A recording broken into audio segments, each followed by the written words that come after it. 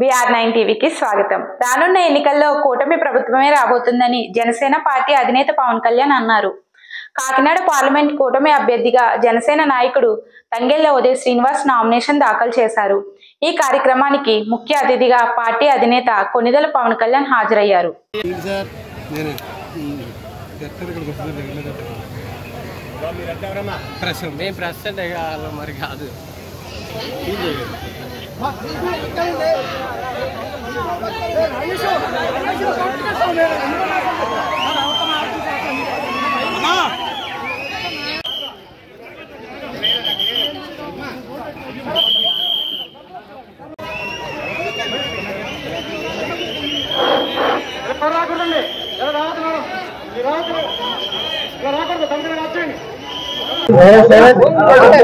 నిన్న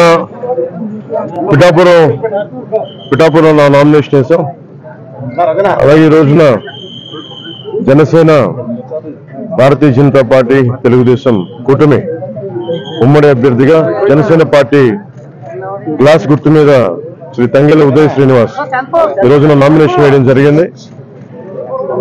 ఇది పాపులర్ గా ఆయన టీ టైం ఉదయ్ అంటారు ఆయన. సో అదే రిక్వెస్ట్ చేశాం ఎలక్షన్ కమిషన్ కూడా, టీ టైం ఉదయ్ గా ఏమాత్రం పాసిబిలిటీ ఉన్నా దాన్ని బ్యాలెట్ పత్రంలో చేయమని. ఆ రూల్ ఒక 56 పేజ్ లో ఒక రూల్ ఉంది. సో దాని ప్రకారం చేసుకోవచ్చు. అది కూడా వాళ్ళు కన్సిడర్ చేశారు. ఈ ఎన్నికలు చాలా రాష్ట్రానికి చాలా కీలకమైనవి. వచ్చే ఎన్నిక ఒక 5 సంవత్సరాల కోసం కాదు, ఒక తరం కోసం.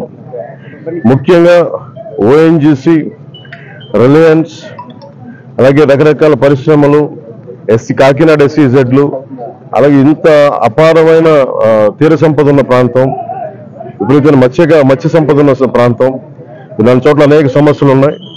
ఈ ప్రాంతంలో కాకినాడ పార్లమెంట్ అభ్యర్థిగా శ్రీ తంగెళ్ల ఉదయ్ శ్రీనివాస్ గారు గెలుపు చాలా చాలా కీలకం. అలాగే కొండబాబు గారి గెలుపు కూడా కాకినాడ అర్బన్ కి తెలుగుదేశం పార్టీ కూడా చాలా చాలా కీలకం. కాకినాడలో రౌడీజం ఎక్కువైపోయింది, గాంజా క్యాపిటల్ అయిపోయింది. ఎటు చూసిన 14-15 ఏళ్ల పిల్లలు కూడా గంజాయిని విచ్చలవిడిగా దొరుకుతా ఉంది. తల్లిదండ్రులు పడ్డ బాధ చెప్పుకోలేంది. Law and order క్షీణించిపోయింది. మా కూటమి ఇది వైఎస్ జగన్ చెప్పి తను ఒకటిచ్చే హామీ, 5 సంవత్సరాలు అద్భుతమైన మ్యాండేట్ ఇచ్చారు ప్రజలు. ఏ ఒక్కటి కూడా నిలబెట్టుకోలేదు. Law and order క్షీణించిపోయింది.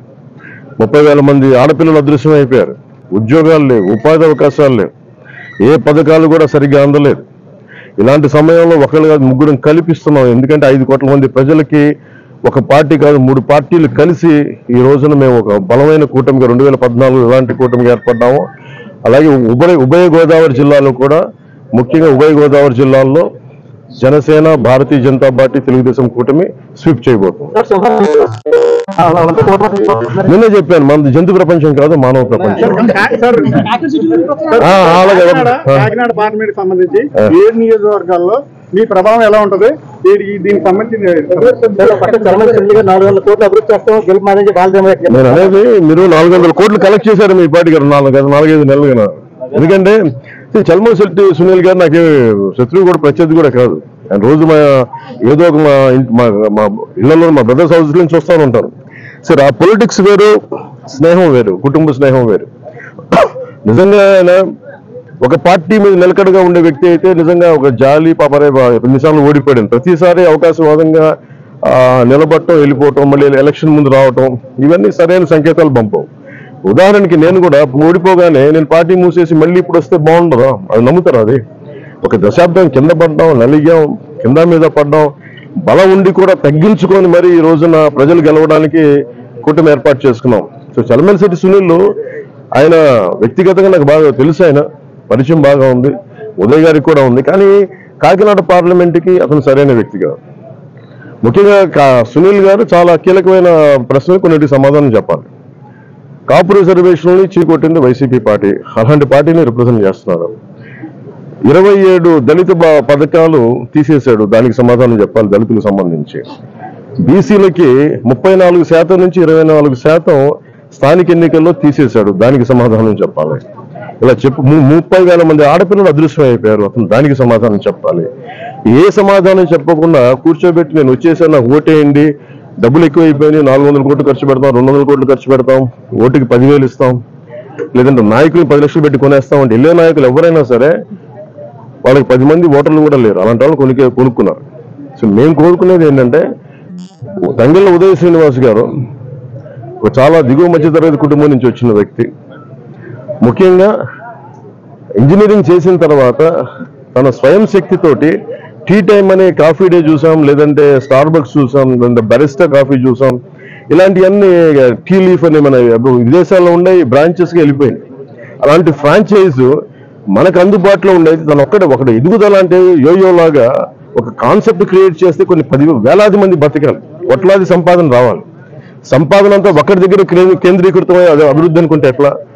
Tea time Uday చేసింది, తంగెళ్ళ ఉదయ శ్రీనివాస్ చేసింది ఏంటంటే ఒక టీ టైం అనే కాన్సెప్ట్ పెట్టి మన టీ పొడి తయారు చేసుకొని ఇక్కడ డార్జిలింగ్కి వెళ్ళి కింద పడి మీద పడి రకరకాల మిక్స్చర్స్ కలుపుకొని ఏటీ బాగుంటుంది రీసెర్చ్ చేసి 2-3 సంవత్సరాలు ఒక చిన్న షాప్ స్టార్ట్ చేసి అది అందరికీ ఆమోదయోగ్యమైన మేము ఇంకో షాప్ పెట్టుకుంటాం. అలాగలా దినదిన ప్రవర్ధమానమై ఈ రోజున వేలాది బ్రాంచ్లు అయిపోయింది భారతదేశం అంతా.